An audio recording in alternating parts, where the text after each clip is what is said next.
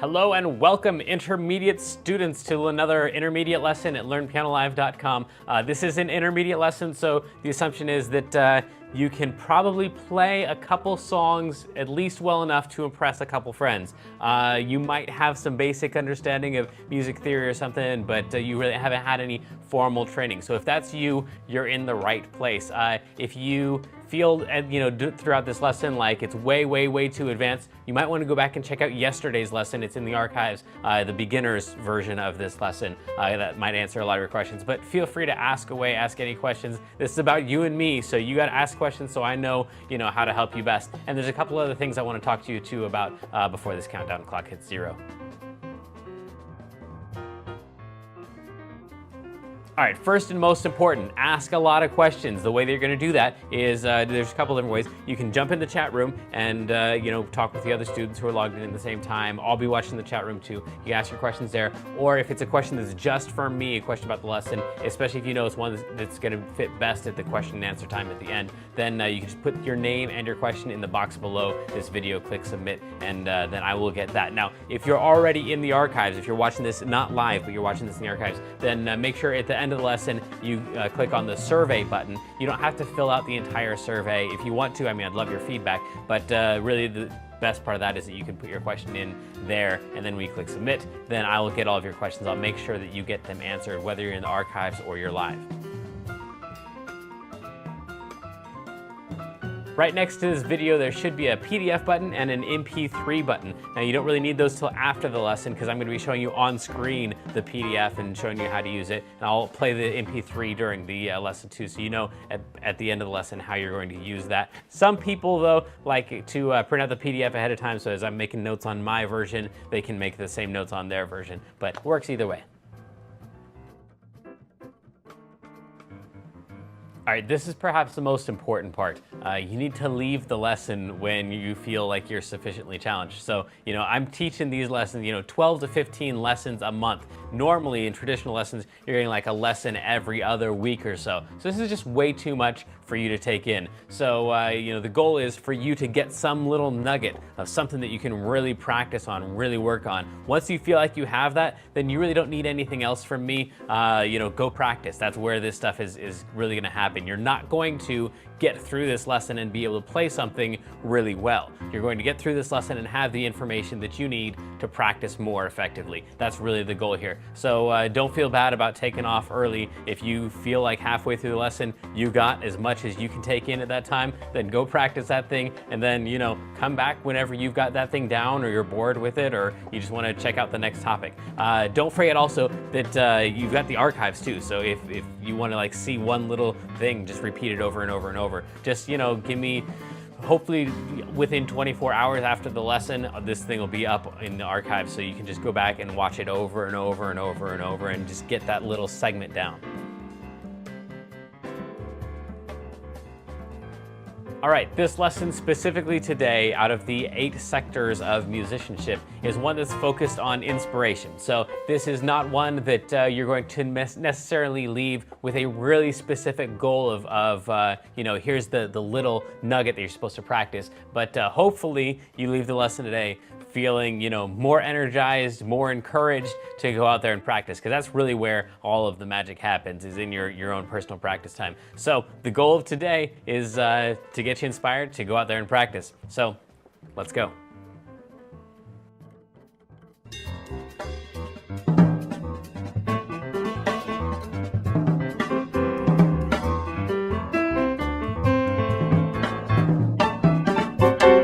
Welcome back, everybody, to LearnPianoLive.com. My name, of course, is Jamin Collar, but more importantly today is the guest that many of you have introduced me to, Zack Evans. He teaches through his courses online, bestpianoclass.com/superhuman if you want to get started on some of his materials. And Zack, thank you so much for joining us today.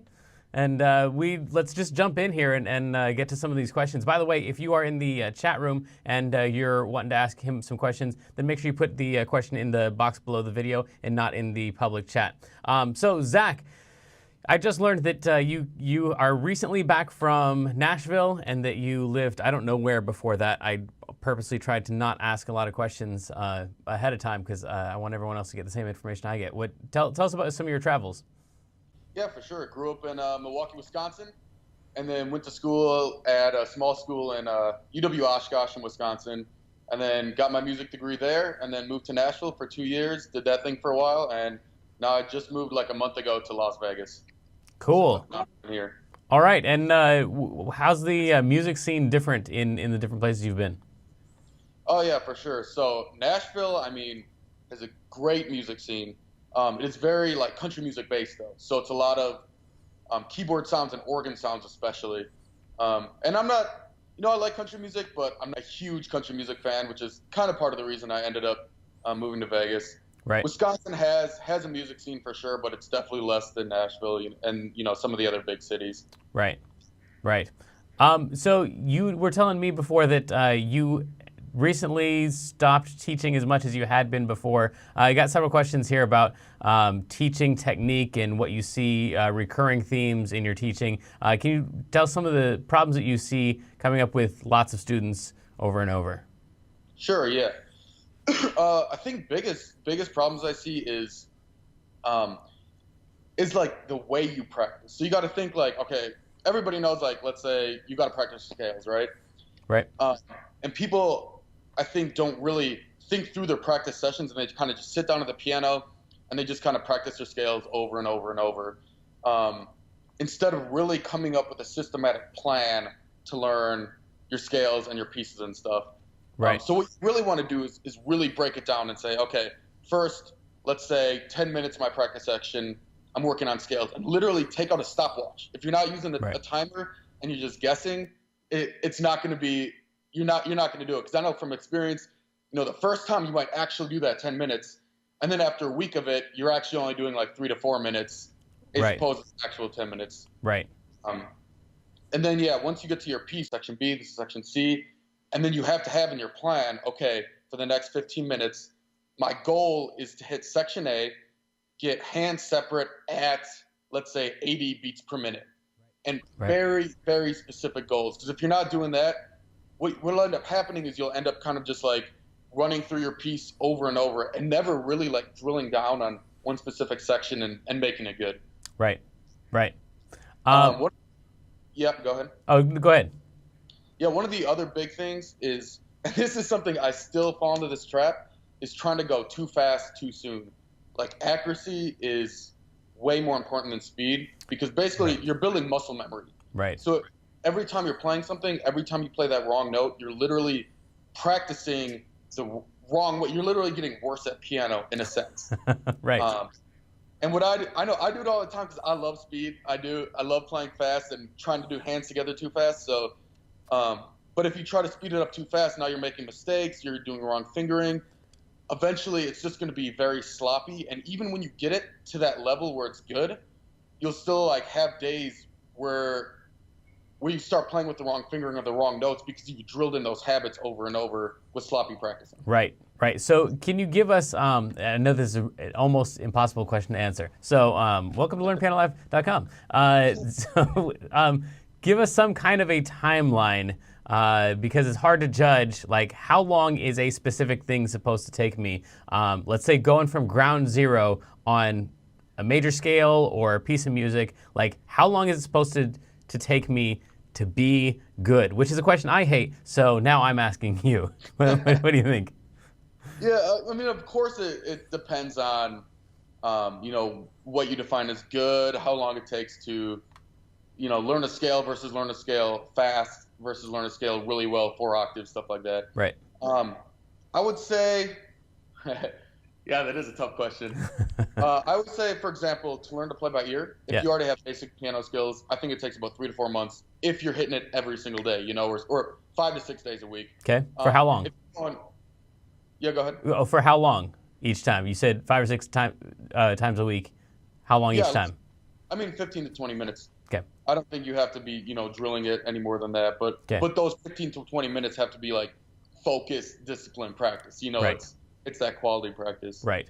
Right. To get from ground zero to playing songs, Yeah, it's kind of hard to say because obviously, like easy songs, if it's one hand or very basic stuff, you could be playing songs in, a month or so. Right. But in terms of really playing like full length songs and stuff like that, like it could take 6 months to a year, Yeah. depending on how disciplined you are and you're practicing. Right, right. And the thing I run into with students all the time is wherever you get to, where you're going is where good is. And so you're constantly almost good. Well, yeah, now I can play this, but this song doesn't count because it's not a real song like what you play. I want to play what you play. Well, then, do this thing. And then we get there. And then the goalpost just keeps moving out farther and farther.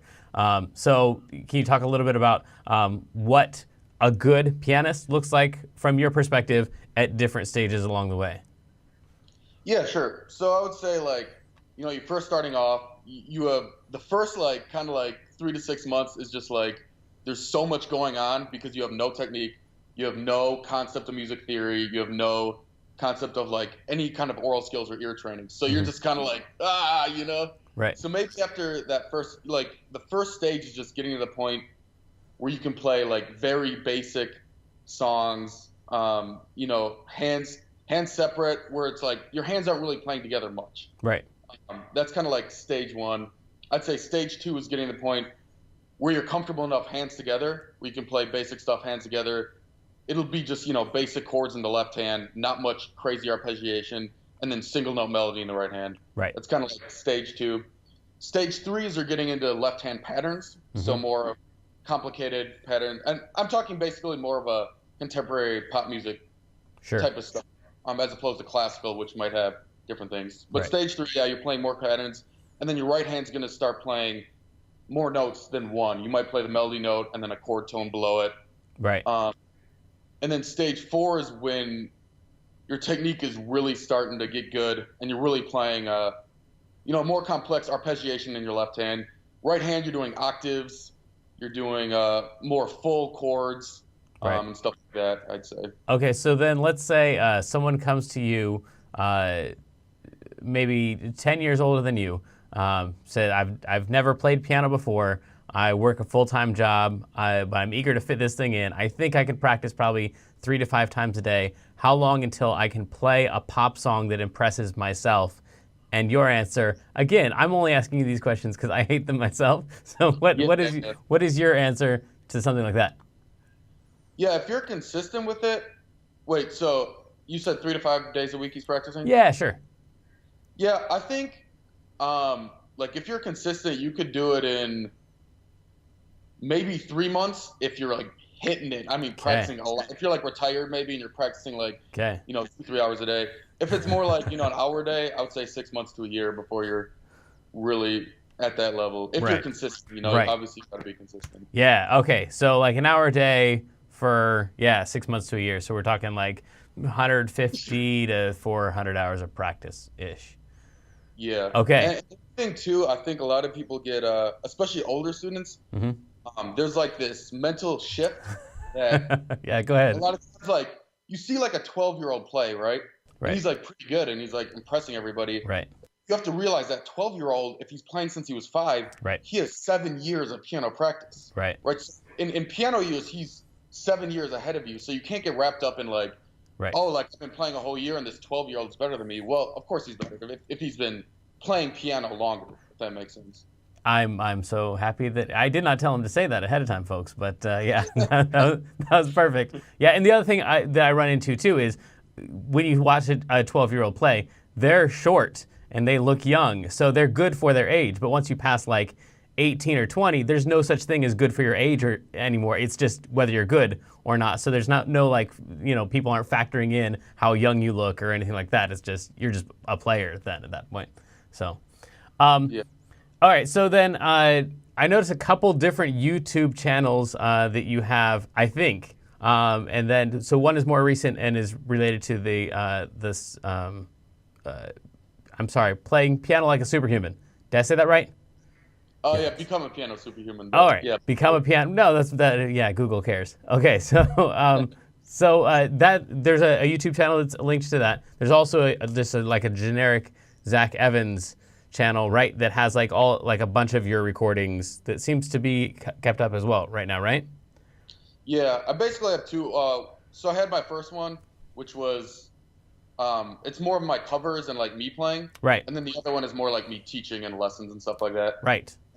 But I do have it's a little messy because when I first started, I was just gonna have one channel. Right. So I do have like some lesson videos on my original channel, Right. and then like some lesson videos on like the new channel. So Yeah. it's a little like twisted, but I'm trying to make it work. So Yeah, I totally understand. I've got Kids Learn Piano Live and Learn Piano Live, and then Milestones Music and Young Musicians Association, and they're all just floating around together in the sea of internets that are out there.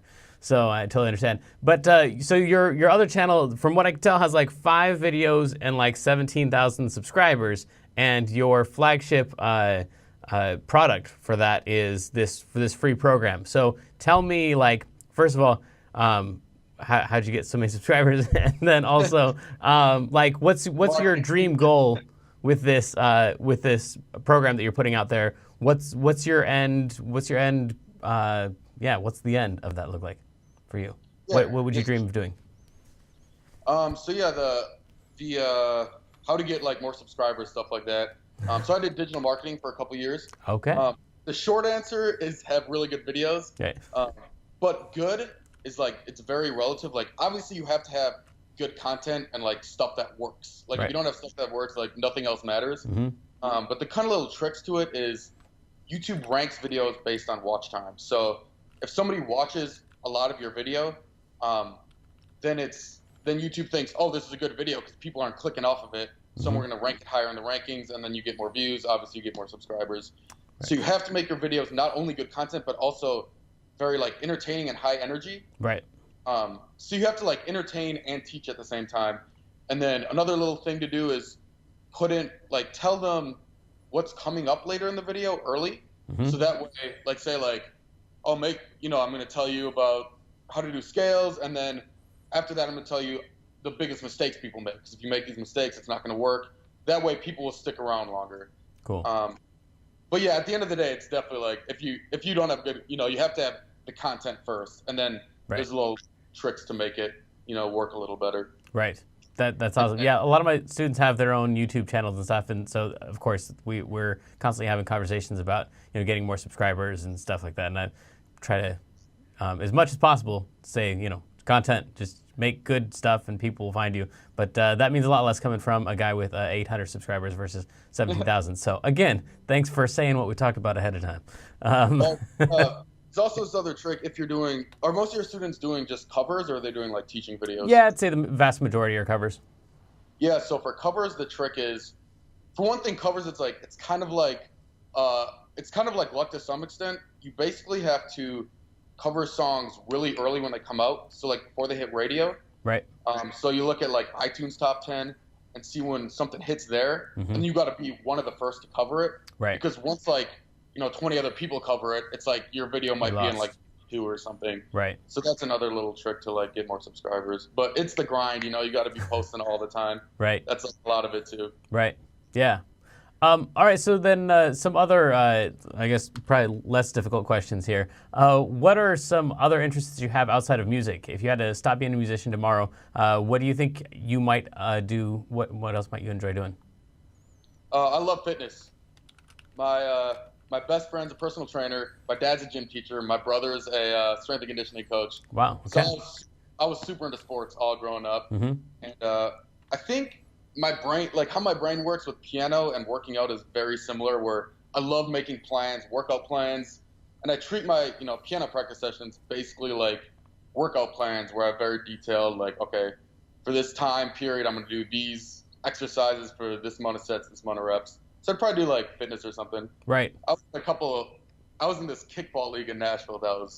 It was a blast. I did kickball, volleyball, and soccer. And I swear, it's like the funnest thing to me. I don't know why. It's just like, that's awesome. People playing kickball was just like the funnest thing. I can't even imagine what is the demographic of people that play kickball. It's all like young people, like people in their 20s. Basically, It's like this little rec sports league. So when I first moved to Nashville, I was like, okay, how do I make friends here? Because I don't know anybody, Kickball. So, and people that join those leagues, it's all, it's not like people like love kickball and they're passionate about kick. It's more like they all want to make friends, so then they all join the league, and then I join the league. And, Right. So it's pretty fun. What kind of ball is it? It's just like a normal, Like gym. a 4-square ball? Yeah. Just like a 4-square ball. That's awesome. Yeah. It's funny too because our team was just like super chill about it. We just hang out, play kickball. But some of the teams, man, there's this pitcher. He had like the eye black. He had like a headband, like wristbands and stuff for like kickball. We're like sitting there with like drinking a beer, right? Just, like, messing around, But and then he would pitch it. He had this like spin pitch he would do, of and course. it was actually like really hard to kick. Like one of our players like struck out in kickball, which was entertaining for sure. Wow, that's awesome. Yeah. All right. As you were talking about your like organization stuff, I remember on some of your videos, I was seeing like you've got a whiteboard up in that same room that you're doing your videos, and you've got like charts in there of like it's in the very corner, so it's like Instagram followers, and it looked like life goals or whatever for your new endeavors and stuff. It looked very, very interesting, very organized, like you're saying. Your approach. Yeah, I do this whole routine in the morning where I like read through my goals and do stuff like that. So just to keep me on track, Yeah, it seems like that's kind of the approach you would take whether you were starting up this piano superhuman thing or not. It seems kind of like that's probably your style. Who is it that has most influenced you, or I guess given you that drive? Certainly some of its personality, but who, either in piano or just in life in general, who's influenced you the most? Yeah, I know it sounds generic, but definitely my parents. My parents were always super into. My dad, like, anytime I would complain about anything, like, he would just, like, nip it in the bud and say, like, work harder, like, right. If you don't like it, work your way out of it. And then definitely my piano prof in college, he was the same way where one thing I realized is, like, if you have a private teacher, like, they're living off your income. So, like, they have to be nice to you to some extent. Okay. Which is, like, it's actually like a downside because sometimes you need that person to just kick you in the butt and just say, look, you need to start practicing more, Right. And it was nice having a college professor who's paid by the school and like he'd kick people out of his studio if you're not practicing. Right. He's like, sorry, like you're not going to graduate. Yeah. So that really pushed me a lot. Yeah. In terms of pianists I look up to, Kyle Landry, he's just phenomenal. He's one of the greatest of all time to me. Okay. And I still don't know how he does it. Like, and he'll have like because he does like sheet music, but he adds his own stuff where I know how to do it, playing by ear or using lead sheets, but it's incredible. Yes. I'm not, I don't listen to a lot of his stuff, but his work ethic at least seems amazing. Just the amount of stuff that he puts out and the schedule he puts that out on, and and obviously he's practicing like crazy because you can watch him live on Twitch working out his stuff. So I didn't even realize that. That's cool. Yeah, he had a whole thing where he was trying to get a grand piano because he was like playing on some dinky little keyboard or whatever, and so he was just like went on a like piano-a-thon and like was just playing covers live on Twitch for forever until people donated enough money for him to get a piano or something. It was crazy. Really cool. That's so cool. Yeah, we've got lots of Kyle Landry fans in the audience for sure. So what is it that you work on these days when you're sitting at the piano? What's next on Zack Evans's to-do list for piano technique or songs or whatever? Yeah, I'm working a lot on like actually composing my own stuff now, which has been way too long coming. I've done like 100 something piano covers, and like I still haven't come out with like my own stuff. And it's just my brain like doesn't work. It's too much like perfectionist, where like it can never be done because you can always like, I'll try to make my own song a little bit better. Right. It's like at some point it's not going to be better. Making it different, it's just going to be different in another good different way. So I'm working a lot on composition and that kind of stuff. Yeah. So there's a lot of related questions about practice and motivation and stuff. It sounds like a lot of that is for you, personality, and just the kinds of role models you had in your life that pushed you forward. Was there anything else that I'm missing that helped you, encourage you to practice when you were starting out? I think motivation can be learned. I really do. And I think a lot of it is, so one thing I do, So you set very specific goals, and then I use these little, like, how do I explain it? It's like a little, almost like graph of your song. I have a little lesson on it in my course, in the free course, but it's like basically, so like every song you take, you split into sections. So you'll have section A written here, section B, C, whatever, and Right. then down you can have what stage. Actually, no, the sections are on this side, so it'd be like A, B, C, D, E, F, whatever. Right. And here it's what stage of the learning phase you're in. So the Okay. first stage is learning it. And then, like, once I learn a hand separate, I'll put HS in the box. And then once it's hands together, I'll cross it off. Right. And then, like, the next bit is speed. So speeding it up, to full, to Right. whatever BPM. So I'll put the number of the BPM that I have it up to at that point. Right. And every time I increase it, I cross it out and write a new number. And once it's at whatever your goal BPM is, then you can cross up the whole box. And then the next one is memorization. The next one is expressiveness. So it's a very, like, visual representation of, like, where your song is and where it needs to go. Yeah. So then you can really look at it and be like, oh, I got all the parts learned, but this section is way ahead of everything else. I'm not going to work on section C. I'm going to really dig into section A now. Right. And it's a very, like, every time you cross off that box, you get that little, like, ping of accomplishment. You know what I mean? Right. Wow. That is extremely organized. Holy cow. All right. And you said that there's something like that in your curriculum? Yeah. If you go to the free course, there's a lesson called, I think it's called goal setting. It's called the 6-step goal setting process. And that has, like, a detailed overview of that whole thing. That's awesome. Wow. That's incredible. All right. So just a couple last questions here. I want to be respectful of your time. I appreciate you coming on again. Couple questions about, like, the difference between being a hobbyist and a real musician. Questions about what it's like to be a professional musician. What are your thoughts about what it means to really be a pianist, or what it means to really be a musician? What's the difference between just goofing around and being? Yeah, I mean, for one thing, it's whatever your goals are. Like, I don't think everybody should try to be a professional musician if that's not your, like, true goal, because Right. it does take work. And it takes, I think the biggest thing, I mean, first, obviously, you have to get your piano skills up to that level. But then it's also, like, you got to put in the grind of, like, getting gigs, getting students if you're going to teach lessons, playing at churches. And you got to get the grind of, like, putting yourself out there. And I know for a lot of pianists, and, like, I was, like, super shy growing up. And it's another whole skill set to, like, break out of your shell socially and, like, learn how to network. Right. And learn how to deal with people and stuff like that. So yeah, the biggest difference, I think, is just, like, being able to learn to market yourself and get gigs and everything. Right. Right. Yeah. Can you talk a little bit too about practice time? What your specific practice time looked like pre-college, then through college, and after college? Okay. Yeah.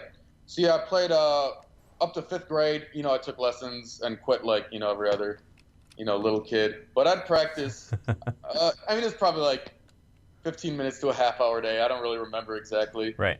And then I got into college, and before I actually majored in music. Real quick, I'm sorry. Yeah. Real quick, I want to interrupt there. So just trying to calculate this out. So you said you started at age 5? Yeah. Okay. And then, so college happened somewhere in the 18 range, right? Yeah. So then if my calculator's working right, 15 minutes a day times 5 days times 365 times how many years is that? That's 5 or 6. Oh, yes, I was thinking 10. Like 10 years, right? From 5 to kindergarten to 5th grade. I quit in 5th grade. Oh, okay. All right, right. Okay, so then that's still it looks like about 2,000 hours of practice altogether. Obviously maybe not the best quality practice all the time, but still 2,000 hours with your butt at the piano. So sorry. Then go ahead from college then. Yeah. Then first years of college, I actually wasn't a music major. I was going to be a math major. But I would still practice just because, like, I kind of got back into it. So I probably did like 30 minutes a day, 4 or 5 days a week for those couple years. And then when I switched my major, I mean, I was hitting it hard. That's when I was doing like 2-3 hours a day, right? Sometimes 4, especially if I had like a recital coming up. Sure. All through college. Yeah. All right. And then nowadays, probably 1 to 2 hours a day. Right.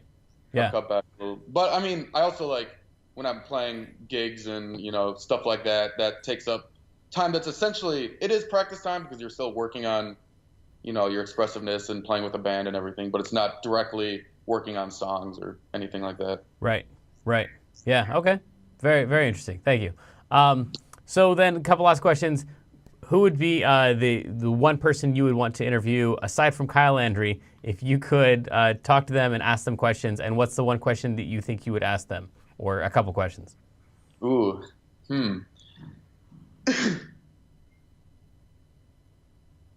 I would say, do you know Lang Lang? He's a classical pianist. Yeah, I know the name. Yeah, I'd ask him. Oh man, that's a hard one. I mean, I'd want to ask him like piano-related stuff, also, like just like his practice routine, stuff like that. Right. But I would ask because he's one of the few classical pianists who's like really broken through, just because he knows how to like work the crowd and stuff, which is difficult to do as a piano player, and something I haven't really worked on that much in terms of making your actual movements like showy. He's very good at that. Right. And it's a weird like sub skill to have, but I would ask him his process and learning how to do that. Right. Yeah. Cool. Anybody else? Yeah, Kyle Landry, I'd love to interview. I don't know, like there's a lot of guys out there that I wouldn't mind getting the chance to talk to. Yeah. Well, real quick here before we go, where can people go to find out more about you? We'll put links in all the downloadable PDFs and stuff. But where's the best place to connect with Zack Evans? Yeah, sure. Just bestpianoclass.com/superhuman. If you want to sign up for the free course, or if you just want to see like the YouTube channel. I mean, you can just type in like Zack Evans piano, and it'll pop up in YouTube. Great. That works too.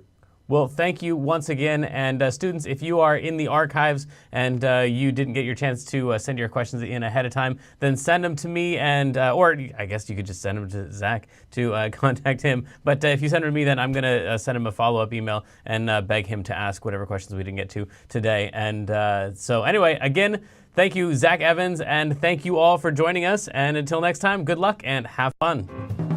Thanks a lot.